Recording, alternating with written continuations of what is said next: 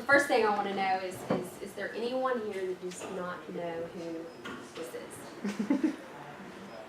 Okay, all right. You three. This is Berea's own Laura Poulette.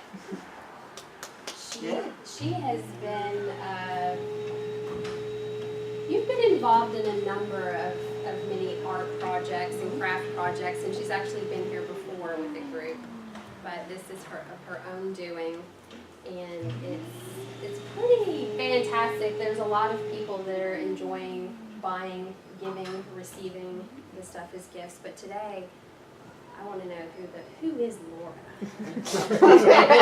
How did she get to where she is today? Right. And if it's okay with her, I'd love for everyone to ask questions and find out how she got to today. And also, Laura will be the last alumni in the third year of See the Art, Meet the Artisan here at the library. So next month starts our 4th year. Yeah, very cool. Great. So without further ado, thank you, Laura. So yeah, could we turn that light off? Yes, I'll do it. Thank you. So, as she said, my name is Laura, and I paint. Here, I'll just hold one up, and then we can. There's more to show you later on. I paint these botanical alphabets with little naturey bits I find in my woods and meadows. I have like a short, succinct answer for how I came to be doing this work for when I'm at shows or at an opening. But I thought I'd give you like the longer version of how I came to do this work and really where it came from in my like creative process and journey. So I went to Berea College and studied fibers. I graduated in 2000. When I was at Berea, I got really into doing natural dyeing and made like really labor-intensive, like hand-stitched, naturally dyed. I was all into like doing it all myself. Little quilts and sculptural pieces. So yeah, I did that. I graduated, and a week after I graduated, I married my husband Strider, and I just kind of kept doing the natural dyeing work I was doing, and started to pursue it as my career. I like did what you're supposed to do. I like got business cards. I applied to shows and shipped my work around and showed these little art quilts. And then in like 2002, I opened a gallery here in Berea with Teresa Cole, my mother-in-law, who's a potter. She has a shop on Short Street, and when she first opened, it was she and I opened it together, and she had pots, and I had art quilts, and I also at that time was painting canvas floor cloths. So I did sell some quilts, but they were tiny, intensely handmade, hand-stitched pieces, so they were, I couldn't afford to buy them. They were a couple $100 at least, and so I sold some work and had some success showing my work and kind of growing my business, and I juried into the Kentucky Guild with that work, and was kind of on this path, and then I just realized that was a tough way to make money selling these one-of-a-kind pieces, and I also had my first kid, so being the primary caregiver and working in a pottery shop with a toddler kind of lost its charm, and I stopped my involvement in the shop and became a full-time stay-at-home mom, but still kept doing my creative work just for myself, not really doing it to sell. At that point, we moved to Lee County, Kentucky. We bought our first place. It was 4.5 acres of like the steepest north-facing hillside you ever did see. But we were like so proud to have it and explore that place that I got really into identifying the trees, but mostly plants that were growing on that property. So this little guy is from that property, and I am not like a photographer, like a trained photographer, but I just like to kind of record what I was seeing by photographing it. And that's when I was gifted this Wildflowers and Ferns of Kentucky, which is a really useful book that is still I use all the time. And so I would like, you know, it's divided into seasons, so each season, like, oh, here I found Bloodroot, April 4th, 2005, along Billy Fork Road. You know, so I really like kept track of what I was seeing and where I was seeing it and photographed it. Who's that by? This is by Thomas Barnes and S. Wilson Francis. Okay. They almost always have this at Roby Books. And out of all of the wildflower ID books that I have, especially even for Kentucky and the region, this is by far my favorite. So, yeah, I'm ready for this one. So at this time, now we'll move through these slides a little quicker. So at this time I was still doing natural dyeing, still making art, so yeah. I was really into dyeing wool felt as a crafting material, and I sold naturally dyed wool felt. I often had help with this project, a lot of help. And at this time, my sister Katie Starksman and I started a blog. This was in 2006, and it was when blogging, especially like for crafters and creatives, was like kind of just the thing. So we started a blog to record our creative work, and I was making at that time. I'm ready for What's in the bucket? Oh, sorry, that's black walnuts. What? It's black walnuts. Oh. It's black walnuts. Sorry, I Oh, just I like. like To make the So black walnuts makes like so this kind of nice, really warm chestnutty brown is black walnuts Oh, on wool. really? Oh. Yeah. And so, you know, I was really interested in doing natural dyeing that didn't use tin or chrome. Like there's some really actually nasty stuff you use to do natural dyeing. So I only mordanted with alum, which has its, you know, issues, but it's not as gross as some of the other chemicals. And I really tried to dye stuff, use dye stuffs that I either grew or, you know, collected right there locally. So I was making like cute little crafts like this. This is a little, I call these hoo-hoo clocks. I made a series of these just for gifts. And then I also, okay, that one's great. I was also still doing like kind of more fine art. This is a detail. This is like this photo is a testament to backing up your photos, because a lot of work from this time I don't have photos of because my old computer died a horrible death. So this is like one of the only photos I have of this piece. That was it was actually a Berea Arts Council show, the original box project, where I had a little box and I made all these little hand-stitched vessels out of my naturally dyed fabrics, and they kind of lived in that little box. We might have that. I'll have to look. Photos of it. Yeah, That would be cool. right. Well, I have like the piece in pieces, so. Yeah, great. So also, I was still having a lot of help at this time, and so like this is my super messy studio. We put in a little addition on our tiny little house, and it was supposed to be a dining room, and before it was even finished, I was like, we can keep eating in the kitchen. This room is mine. So I had a studio there. So that was our time in Lee County, and I loved living there. I loved our little holler. I hated being an hour and a half from Berea and from family and friends. So in 2010, Strider, my husband, got the opportunity to move his job back to Madison County, and my mother-in-law, Teresa Cole, super generously gave us 20 acres, which was a life-changing gift. And this is the meadow. The only thing that was developed about our property was there is a driveway, so that was cool. We didn't have to build a road to get to it, but we rented from a friend around the hill, and still had our house in Lee County. We tried to sell a house in 2008, which was a horrible time to sell a house. So we were renting, we were still paying our mortgage, and we were really stressed financially. So we had a little windfall of money and decided to build a really rustic tiny house to live in rent-free while we built our big house. So yeah, thank you. So we built this for $6,000 in 10 weeks. This is a 16 by 24 building that is insulated and finished on the inside, but it, I'll try to frame it as a positive. had a composting outhouse. We hauled all our water in for washing dishes and bathing that we collected off the roof. I went to the laundromat every week to do our laundry. It was a very doable but very rustic way to live for 4 years while we built our big house. So yeah, that was a tiny house, and all like throughout this time, you know, having this 20 acres that we had spent time at because it was my mother-in-law's place, but it just felt like a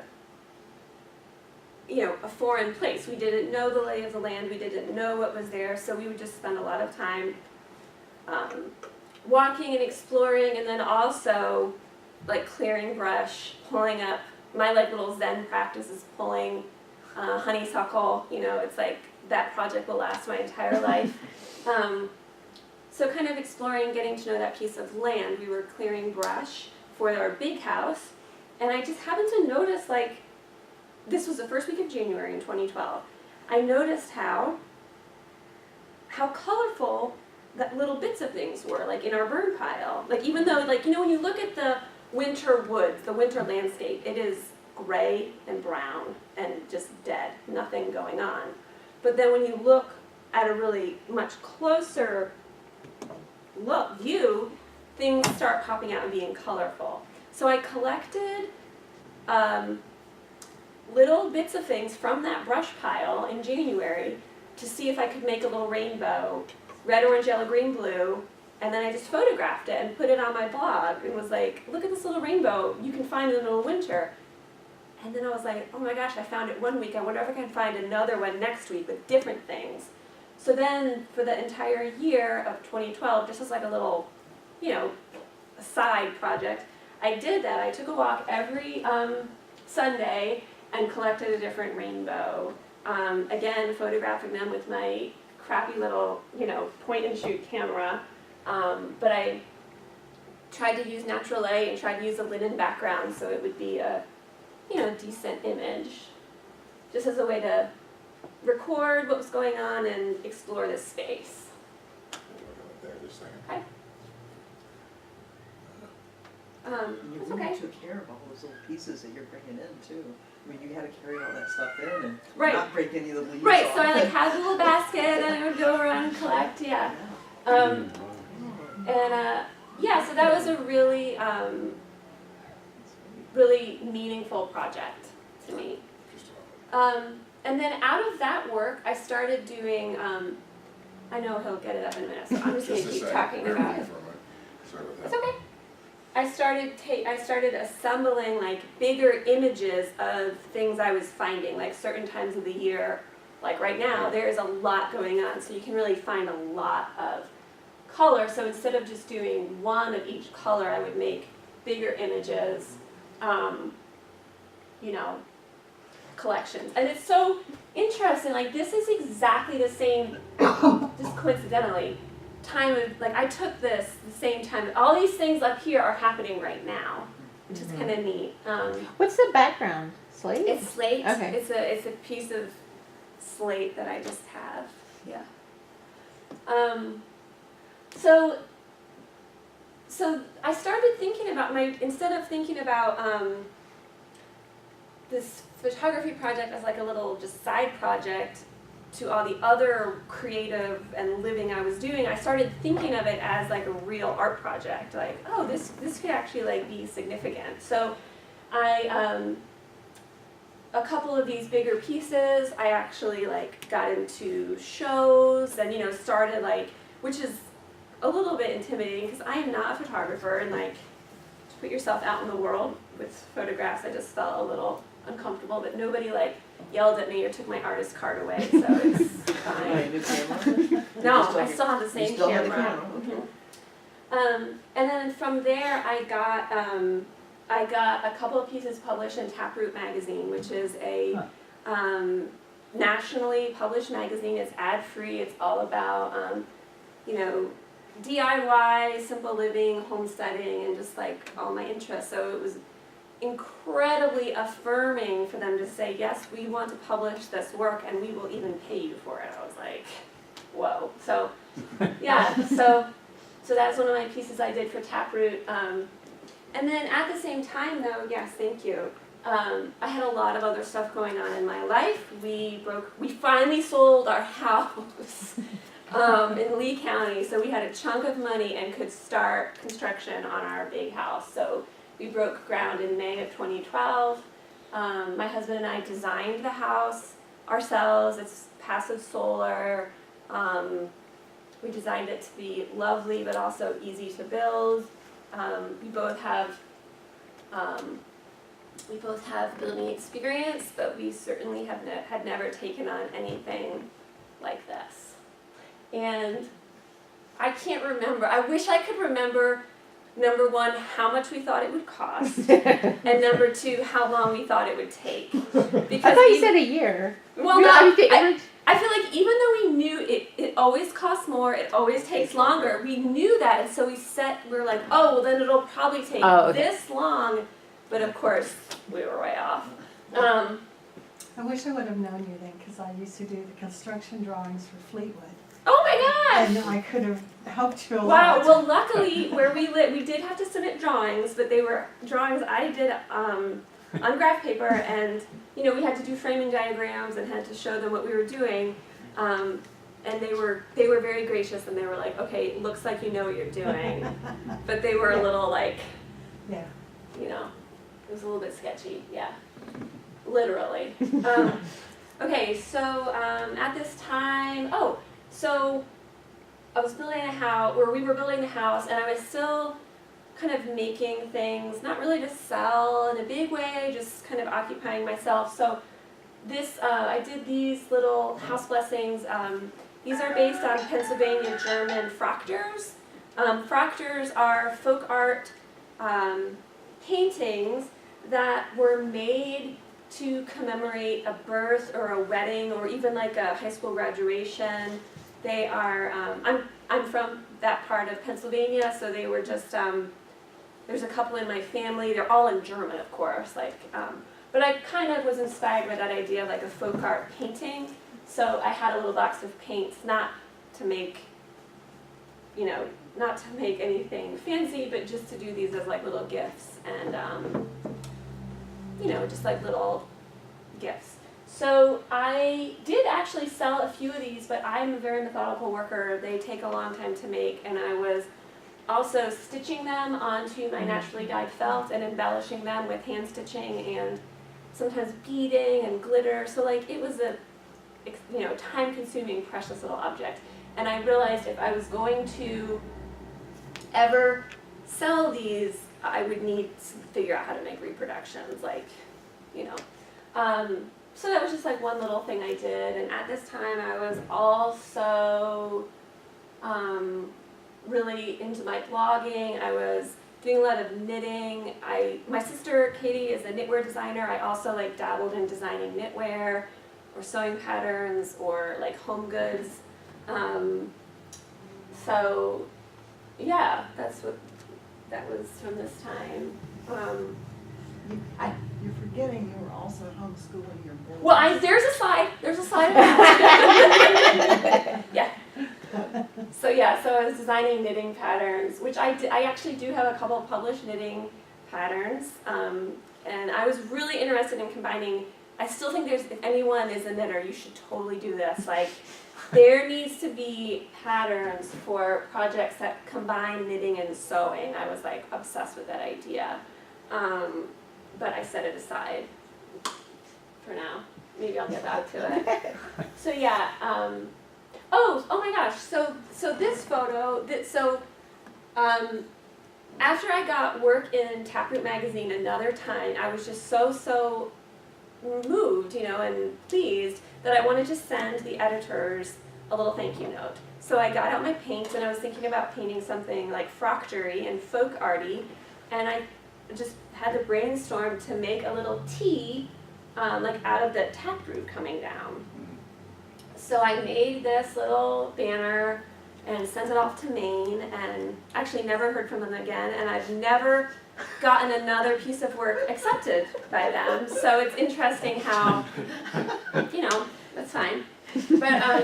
But so this is the piece though, strangely enough, that really kind of focus my laser vision on doing these letters. And in this project, my like obsessive, repetitive nature has been a real, is evident in a good way, right? So once I did this piece, I just got really interested in doing more of them, and anytime I had like, I would like make them for gifts or for Mother's Day or whatever, I would make little banners of these original What kind paintings. of time frame is this now? Like, when did you send that off to the magazine? Oh, I don't know, like maybe, probably right around like 2012 or 2013. When was Fertile Ground? Was that in 2013? That was more recent, that was I think 2015. Oh, 15. Yeah.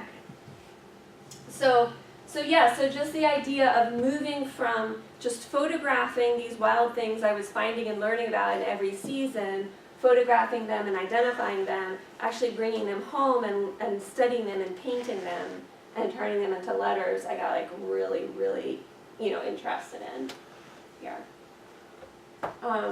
So these are like some of my first little letters, which they are awful. But it's cool, you can see like my progression and the more I've worked on this, my painting has gotten better. I am not a trained, like I went to Berea College, I did not take painting, I took fibers and sculpture classes, so I actually have never been taught how to properly use watercolors. I'm just kind of blindly finding my way. What was your degree? I have a BA in fiber arts, Oh. studio art fibers.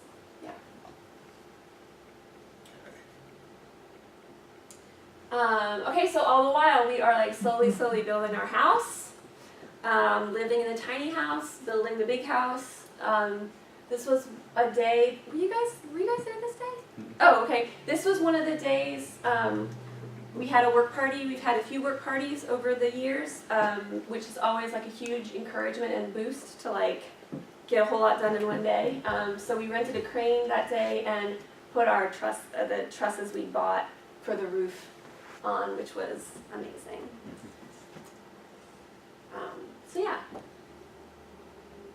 slowly. Okay, so also throughout this time I was still like looking at what I could find in our woods and photographing it, and just really still learning and observing the woods.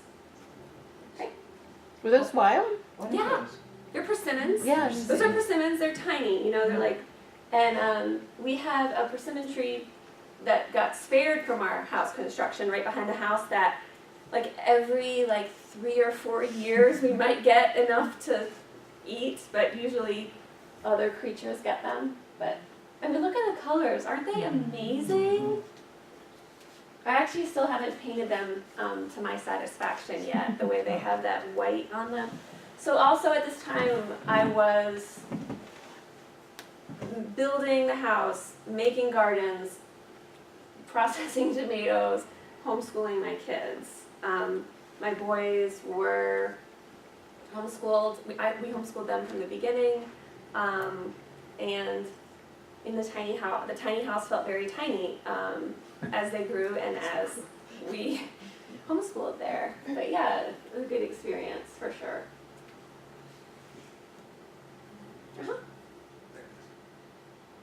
So yeah, here's house progress. Our house looked like this for way too long. We would go weeks, if not months at times, with not getting anything done on it while we needed to get enough money together to buy the windows, or my husband's job has fire season where he's very busy, so nothing would get done. So yeah, this is like one of the photos that stresses me out because it looked like this for so long, but it doesn't look like that now.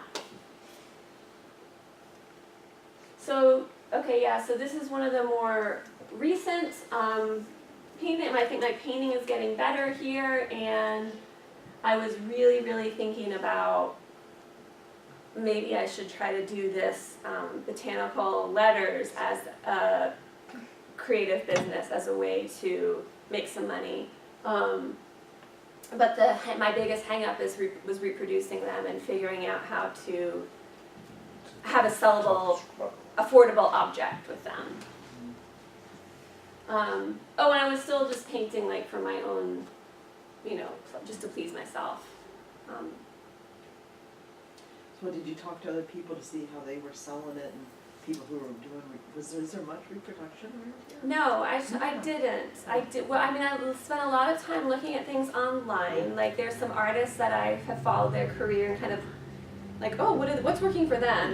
They have 10,000 followers on Instagram. They must have it figured out, So like I knew that a lot of people who do what I wanted to do have large format printers, like either an Epson or a Canon printer, and so they do their own printing. Like that seems like if it's a way to have really high quality prints. So that was the only. But then like even once I did figure it out, figuring out where to buy the little packaging bags or figuring out where to buy the little cardboard sleeves you put in. It's all like money, right? And right. But also just even figuring out where you get it, or So this that was a huge slide of my paints. But so I decided to do this like in a serious way. I'm like, okay, I'm gonna really explore this painting thing. And so I invested in my Rembrandt paints, which at the time I was using like a little 12 colors of a Winsor & Newton paint box that was, maybe it cost like $25 new. And they were okay, but they weren't like amazing. And so these paints, my paints now were 24 colors, and it was $200. And I was like, okay, I'm gonna really work on this. And so I invested in those. How did you shift from like fiber arts to painting? What? Well,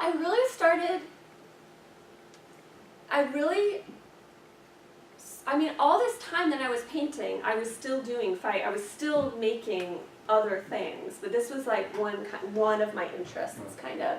And then when I bought those paints and when I was thinking about really pursuing this, I decided I'm going to focus on this one thing and see if I can do this one thing well enough for it to be a business. And I wanted to make things that I could sell reproductions of that, could be like a $5 item. And so that's why Had you always drawn though, or something? What? I love to draw. I loved to draw. Okay.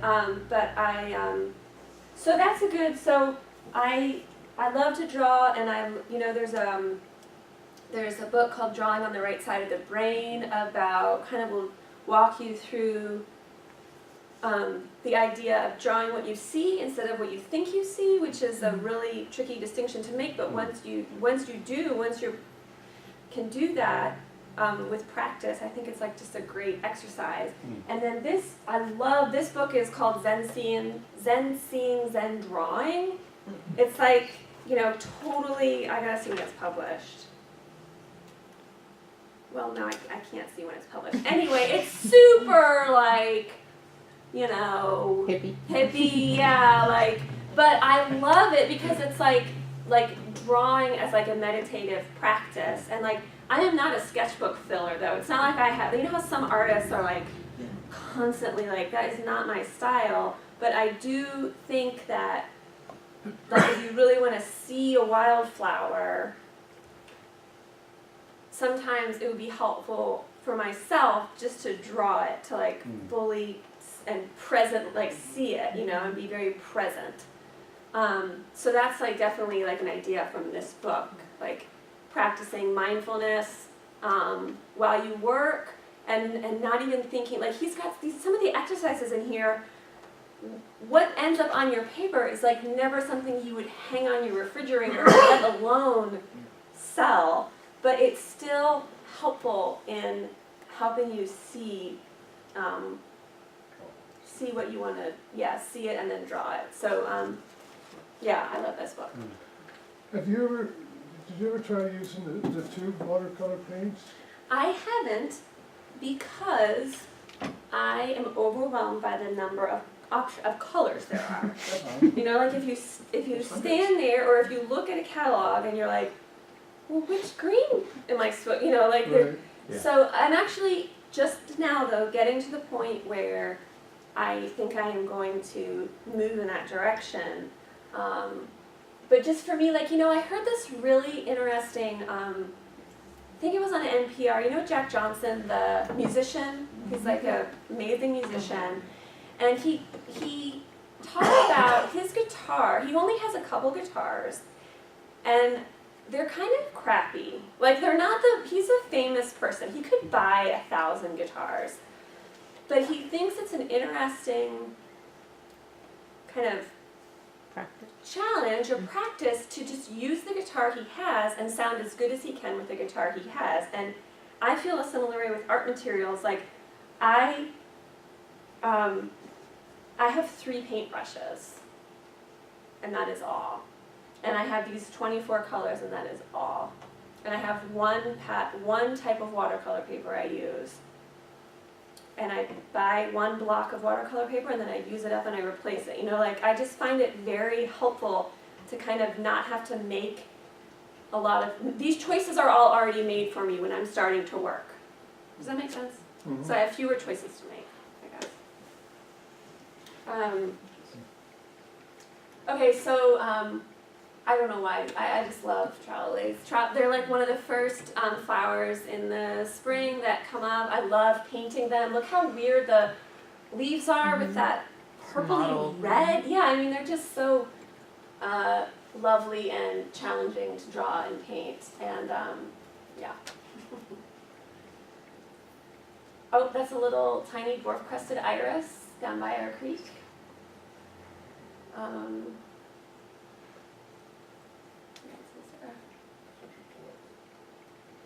Oh, lovely, lovely lady slipper. Also a horrible thing to try to draw, but it's worth it, right?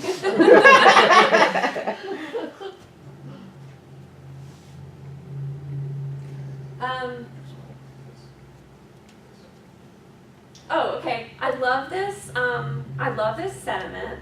I painted this for my sister, Katie. Actually, when she was thinking about starting the bagel shop, her bagel shop, just thinking about how important, like, scheming and dreaming and kind of imagining what you can, like, what do you want your life to be like? What do you want to do? Yeah. I've never seen that before. Yeah. The first time I saw it, I thought it said, "Don't quilt your daydream." I was like, "Don't quilt your daydream." I read something different the first time I looked at it. It's like, what's this? So these are my boys, Eli and Isaac, and in the fall of 2016, they started public school here at Berea Community, and I had a lot more time and energy to do my own things and pursue my own projects. So I was really thinking about art making as a career again. Yeah, that's great. So also this was really timely, also in that fall, I started taking a entrepreneurship class put on by Mason called the Fast Track Entrepreneurship class, I don't know. And it was put on by Mason in the city of Berea, and the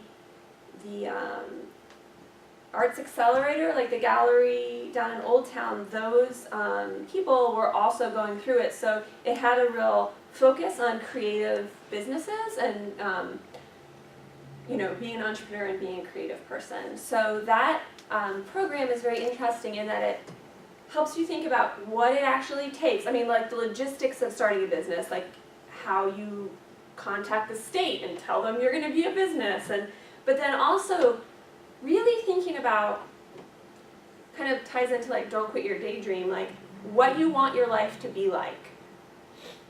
And then thinking about your business idea, and does your business idea and what you want your life to be like actually like mesh? Do they make sense together? Because it'd be a shame, right, if you like had this great idea for a business, but then it turned out fundamentally it didn't suit you. So they kind of help you think about those big picture questions. And I really used that as a framework to think about this art making as a business, not just as a little creative pursuit with the fast track.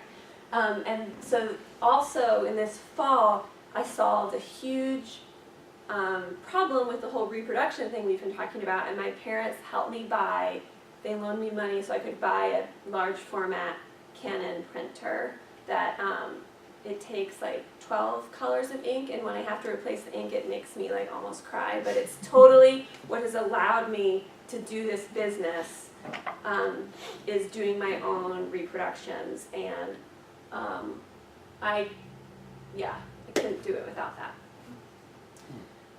So this is Katie, my sister, helping me do lime plaster, which Kim has also helped me do. So as you can see, this was, I guess, in 2016. This was December of 2015, right before Christmas, like 2 days before Christmas, I had a big push to finish this plaster. So we were working on our house, it was almost done, and I did a lot of the hanging drywall, spackling, sanding, and doing all the interior finishes. That was a lot of work. I was really committed, we were both really committed to not moving in until there was window trim, until it looked like a finished space. I was actually okay with not having running water. We lived without running water for years, but I was more worried about having it be a finished looking space. So there's the house, we got siding on it. The siding is actually still not done in full disclosure, but it looks a little more reasonable now. And we moved in February of 2016, right before one of those really, really big snowstorms. And even though the tiny house had heat, it just had a little gas heater. And we really wanted to be in where the wood stove was, because it felt... That's when we had the 20 inches of Yeah, snow, exactly. We right? got snowed in out Yeah. there. Yeah. That's our living room with our little wood stove. I love how empty it is with no furniture and no sneakers by the door, but... That's a lot of good. So also when we moved in, we had this little tiny room. It's 5.5 by 5.5. I mean, a tiny little space under the eaves upstairs that it still is someday going to be a mechanical room when we put in an HVAC system. It's for the mechanicals, but it had no use until I don't know then. what that means. Well, there has Heating and air conditioning. a utility room. It's where the Furnace or whatever. yeah, it's where the what is that box with the the circuit box? Yeah, Okay. is Okay. breaker box. Yeah. Okay. So I claimed that room as a studio space, and really my kids, it was idyllic. My kids would go off to school every day, and I would paint, and I started painting the first alphabet with the intent to reproduce it up there, and just out of sight, off the end of that table is where my printer is. You can almost see the letters on the paper. Yeah. Yeah. Yeah. It's a great picture. So these are just the fall, this is a typical handful of stuff I collect in the woods, and then, or not fall, this was winter. This was the winter alphabet. And collect that and bring it home to paint.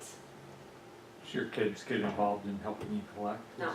stuff? It's really my project. And they'll show me, I like it if they say, oh, have you seen the dwarf-crested iris is blooming down the creek or whatever, but it's really, they think it's cool, but they're not super into it, yeah. How does it get from something you paint to the printer? I have the original paintings scanned. I still go to Office Depot to have my scans made, which is a hassle. Someday I will own my own large format scanner. But, it only costs 75 cents to get a scan made there, so it's... Be a long time before you Yeah. pay off the scanner. So I have it scanned. I am not as you can see today, I am not savvy at all computer design wise. So I hired my brother-in-law, Michael Startzman, who's a graphic designer. So I didn't paint the word hello. I painted the alphabet, and then he grabs them and lays it out for me. For each alphabet, so an alphabet, right, has 26 letters, I end up painting between 40 and 50 letters for each alphabet, so I have like multiples of the letters we use most commonly, just so it'll be more interesting. Does that make sense? Yeah. And then so he, Well, like the L's there, there's two different L's. right, yeah. Just an So L1. Michael, like the I wish I should have the image of my I actually also don't paint the alphabet in order on the page because it's not something to be, you know, displayed that way. The way I display them is the way they are. There's a couple out in the library that are kind of cut up into individual letters and mounted on linen.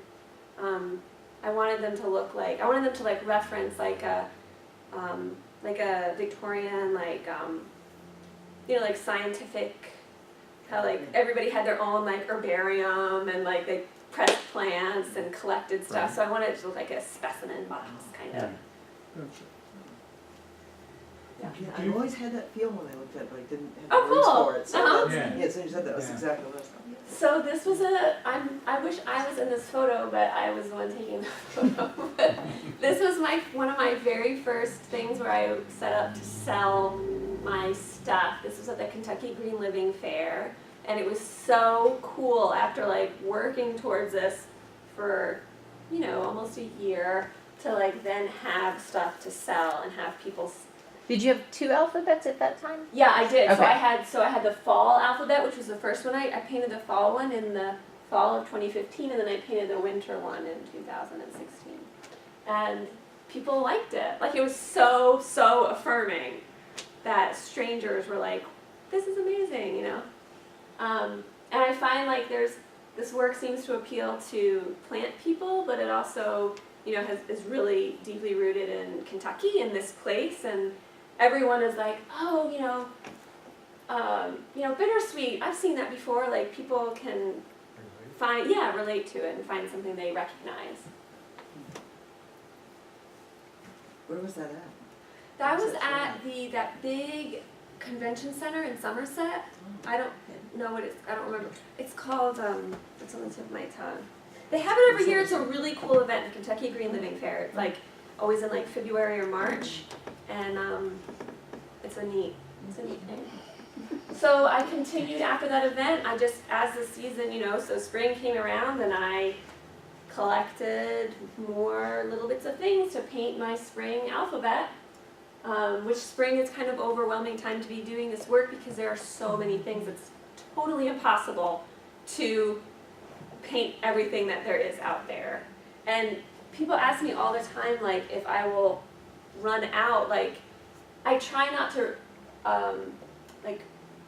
Double. repeat myself. So like, yeah, if I paint the dogwood in the spring alphabet, I'll try to not reuse it in the fall when it has those beautiful little, you know, fruits on it. But it's totally doable. There's so much diversity here. Yeah, it's amazing. Which I think it would look beautiful, spring, summer, fall, winter. Yeah, it would, like the same plant. Yes. Yeah, that would be exactly, cool. I the agree. progress. I agree. So this is the, what is that, spring in progress. And so I kind of painted this, and see how it says peace across the top. Like I'm still really interested in the idea of making those little banners. So I kind of paint them next to each other so they'll relate to each other in those banners. Have you thought about printing fabric? I haven't. I mean, I have in that people have asked me to do it, but lacking design skills, you know, like designing a repeat for fabric is its own challenge that I don't know if I would be good at. Like, I would be fine with somebody, like working with someone, and maybe somebody else could do the design work to make it repeat correctly. So, Well, Spoonflower is the thing now where you can choose block and just like make your own quilt. Oh, neat. Uh-huh. So it doesn't have to be a repeat. Okay, well, maybe I So you might should check look into that that out. again, yeah. Then you can embellish it and Right. combine. Yeah, but the beauty of hers is natural. Right. Right, You yeah. know, I like that better than, I have a quilting background and Uh-huh. doing a lot of stuff on Uh-huh. graphic arts, but I like the simplicity. I Yeah. didn't wanna do all that. Make it too, like, complicated. Yeah. So I still, like, obsessively, if I'm, like, hanging out down by the creek, find a little rainbow. I can't stop finding them. They're everywhere. Yeah, they Why are. did you decide linen? Because of the specimen thing? Yeah, just because I wanted it to look like a specimen box or something, and I thought it would. I thought it would look really well, like the contrast. I just did a custom order, a commission for someone, and they didn't like the linen. They wanted it on white fabric, and I think it looked awful. But that is what they wanted me to do, so I did it. But I still had, because you know, like the Maybe water. they had a modernist house and it needs the white. I don't know, it's versus- interesting doing commissions for sure, it's this whole other thing. I mean, there's other artists here, you kind of are just like, okay, you want me to do what? Okay, I guess I can do that. Maybe That's how all much? right. Right, here's what it will cost, right? Yeah. Do you ever press the plants to have a library? like Well, that? I don't, I really like to work from life. Huh. I find, like, the color is so important to me. Like, if I have something that's very ephemeral, I'll show you, I don't actually, what time is it? How much time do I have? Oh, I'm really short on time. So, I don't, I'll just, Okay. yeah. That's good. Yeah. Okay, so this is how this is kind of not a great photo, but this is how so if you're doing seeing Zen drawing, or drawing on the right side of the brain, and you're drawing what you see, you're like, this is what I will start with for my project, right?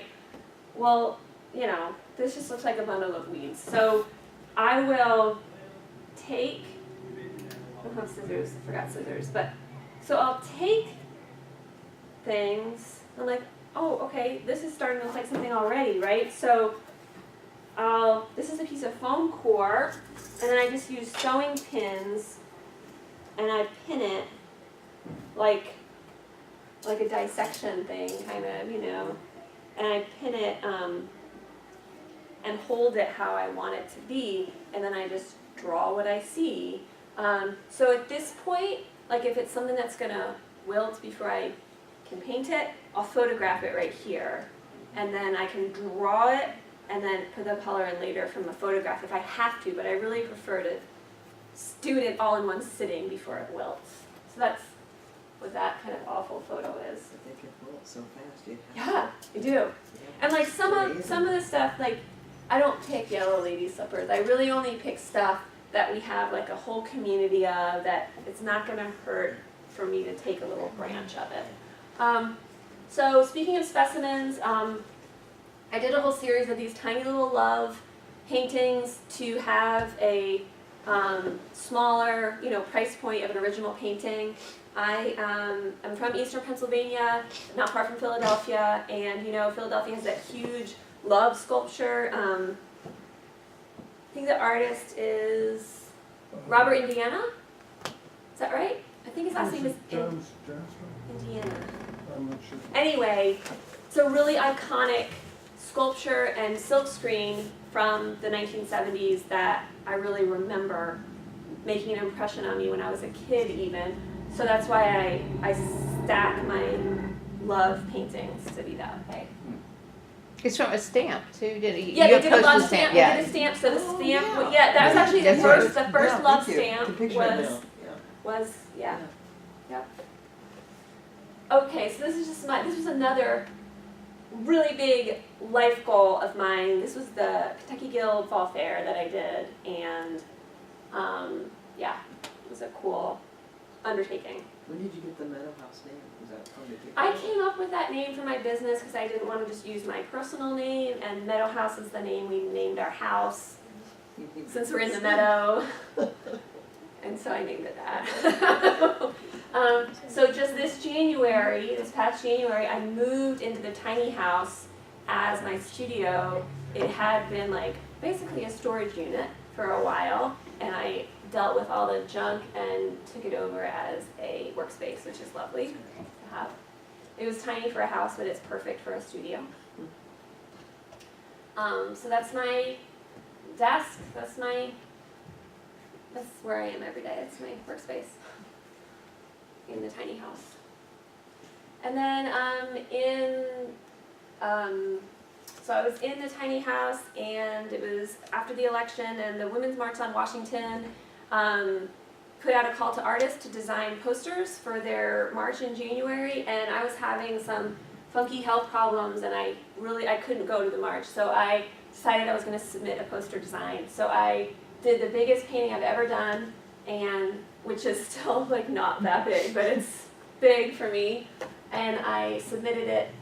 They got like 30,000 designs, and they chose 5, so mine did not get chosen, but it was a great deadline to make myself, do something different than what I had been doing. And then it did, so this is the...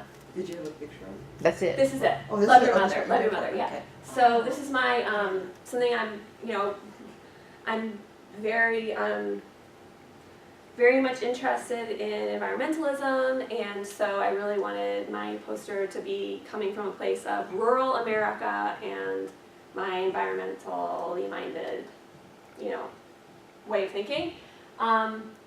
This, even though it didn't get chosen by them, one cool thing that has come out of this is I had 100 prints of these printed at Kentucky Printing in Richmond, and when I sell them, I donate the proceeds to Kentucky Natural Lands Trust, which is a really cool organization doing really important work in Kentucky. And so, yeah.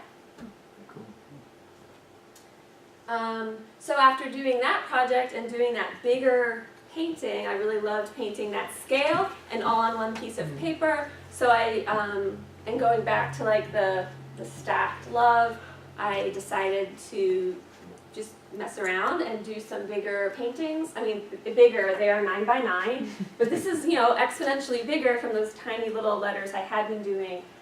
So this was the first week of January in 2017. I collected what was going on in the woods then. There's not much, so this is all lichens and mosses I collected.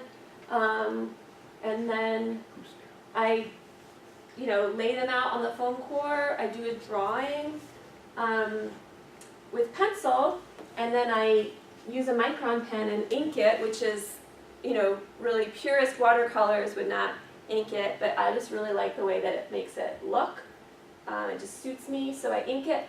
That part of the drawing, takes so long. Like this one took me 12 hours to paint, to create. Most of them now take me like 6 or 8 hours, but the drawing is like at least 3/4 of that time, and then the painting goes in much, much quicker.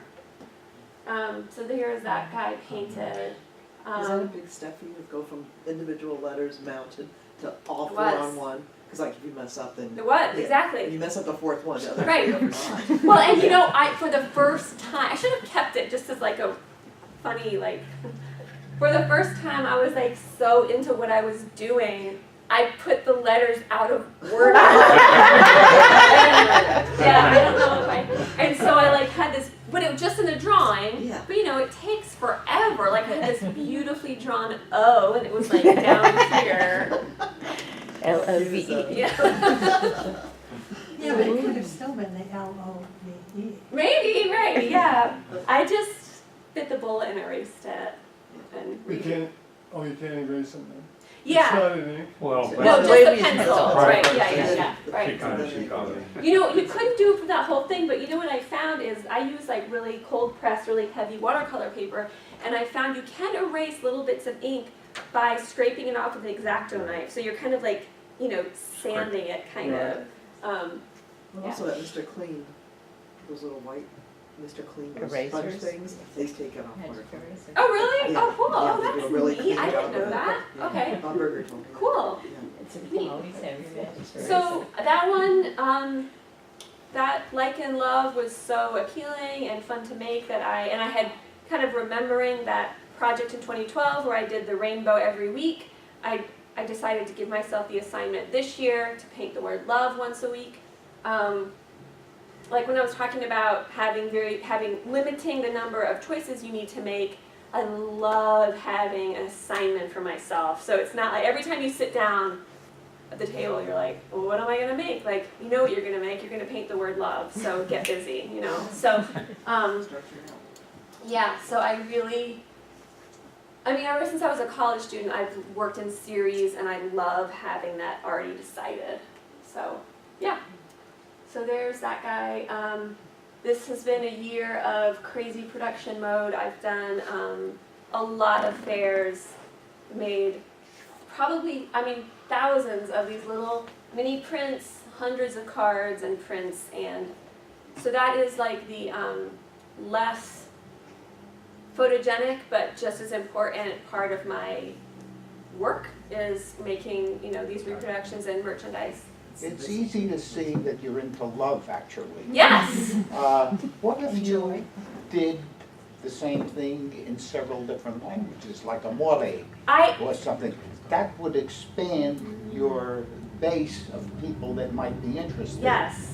And maybe juxtapositioning the word love with amore or in another language, or maybe even in a different script. Yes, I totally agree. That would enlarge your total audience. Right, I agree. I think that is a direction to move in, something to try for sure. Yep, I agree. Can you imagine if you had peace, love, amore, and you had something in Japanese script? Right. Or, oh my gosh. Or Korean script. Yeah. I mean, that would be great. That's when you have a team of designers working with you. Right. You have a team. And maybe some of their local plants. Yeah. And in their their native plants. I'm really exploring my 20 acres. How cool would it, like, we just went on a road trip to Yellowstone. I had to stop myself from trying to paint an alphabet for Yellowstone in the 3 days I was there, Yes, but you took your photographs and then took your time. I know, but I was like on vacation. And that very much felt like it was taking me away from my Your family and vacation. Well, when your family and your boys get a little older, well, a friend travel just for the native right, plants. and Dave Zurich, who is a neighbor and artist friend, just told me about the National Park Service has a Artisan residency program, and it's not just it's a lot of little parks. It's not just like Yellowstone and whatever. So I think that would be a really cool thing to do alphabets for different parks. The national parks. Do you do photographs to bring it back and spend time later to do some of it? I think it would change the way I work. Like when I was there, I did a little bit of drawing before I decided it felt like work. It's a whole different thing it would change the way I work because I really rely on doing this, and so if I'm going to follow the rules and not pick stuff at national parks, I would be drawing it, in situ. That would be a different. I think I could do it, but it would be a challenge. Yeah. Too much of a challenge for me. I'm a graphic artist. So this was a big goal of mine as well that I achieved. This was so much work. I set up at Kentucky Craft at the Market, which I have wanted to do for like 20 years, ever since I visited my first one, and I did it. So that was a great experience. I have met a lot of new customers and just got to show my work to so many people and get out into the world. And Laura's very modest, and she won Best of Show I did. at that I did. Kentucky Market. I mean, it's just. So I'm still looking at things closely, and this. Does anyone know what this is? Is it folk? No. I call it a leaf. It looks like a leaf. These are the flowers of poison ivy. Oh, really? Yeah. Isn't it incredible? So this is also one I did paint from a photograph. I didn't pick it and I did pick reproduction drawings for Drawings, right. Fleetwood for so many years, I'm used Good idea. to Yeah, let's not put it on Trying to the do- board. Right, right. have a deadline to get it out. So yeah, so that's poison ivy. Wow. This is a little tiny. This is called, oh, what is it? It's northern. This is a plant that I didn't know we had, and I just stumbled upon it down at our creek when it happened to be blooming. It's northern horse balm, and it is not a rare or plant. It's just one I had never seen before. I never knew poison ivy looked that pretty. I'm surprised I wouldn't pick it and Yeah. Right, right. put it in Well, a you would vase. you would see the leaves. Like, you know, I was down in right next to the stem. No, I wouldn't. I'm not. Do you think about the letters when you're looking for samples? Or when you find I them? don't. Like, I just get a handful of stuff. The hardest one to make is O, really, because you know all this stuff is so linear.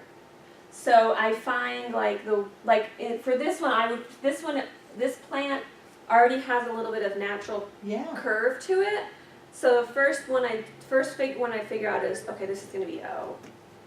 I can already see that's half of an O right there. Okay, that's done. And then I need something that has like, this would definitely be the E, because look how it's growing. Like, you can see how you would just clip off a few of these and boom, there's your E, you know? So, But you don't do that until after you get home. I get it home and then, yeah, do it. Pin it to the phone. So, oh, this is, does anybody know what this is? No. This is a plant that everyone looks for a certain time of year, and then the rest of the year we forget about it. This is the little seeds of ramps. So the ramp, wild leeks, they put their leaves up and grow for a while. They're lovely green leaves, and then this time of the year, the leaves completely disappear. And I actually missed them blooming. We were on vacation because I've been like going and checking, like waiting for them to bloom so I could paint them. So I missed them blooming, but these are the little tiny, tiny fruits of the ramps. So You said it's difficult to make the letter O because you can't find things. Would it be out of your realm to just take a leaf? no, I have done that. And put I've an O used- right in the middle of a leaf? Right, and I've used, I don't know if I have any examples with me. Like, oh yeah, here's one. So like, this is the one I just did. And this is just a bergamot blossom from above as my O. And it's closed instead of an open one. So yeah, totally. So the last few slides are just a few of my most recent and favorite paintings, my weekly paintings. Some of these, like the one you held up Uh-huh. from that one, you start seeing plants overlap each other, Uh-huh. or the letters where before they're very Right. individual. I like the overlap. I know, me too, and like, I would love it, which I don't know if I have one with me. I would love it if you couldn't Right. initially read what it said, Right. if Takes you you a thought minute it to- was just a pile of plants. But I think, like, people who are familiar with my work and know what I'm doing, even if I See. obscure it, they still see it. Right. But I'm having fun with making it more and more obscure, kind of. Yeah, yeah. But for the new person seeing it, you want them to be able to see the letters. Right. Because that's they're going to get the wallet out. Right, right. Yeah. Yeah. So yeah, so that's it. That's my journey to where I Thank you am so right much. now. That's marvelous. Thank you for Thank sharing. you. And there's some wonderful work on display in the library if you've not seen it. Yeah. There's a couple of the full alphabets out there and some love. At the Arts Council. Yeah, and we saw her work Right. at the Arts Council. And We're I'm very fortunate. really hoping to find a venue to display like These my works year's here. worth of work. Eventually, like somewhere, have them all. I do all my framing, so frame them all and then display them all together. I think that would be really Do cool. you make your own frames? Or? I don't. I buy frame kits. Okay. I'm not a fine woodworker, and we don't have a shop, so Okay. they're lovely. Like they're expensive and they're lovely. So Yeah, I saw that. yeah. But if you have any suggestions, And then I do build them out myself into shadow boxes. They don't come in shadow boxes, and I add wood to make them a shadow box. So. Okay. Thank you for being here. Yeah, thank you all so much.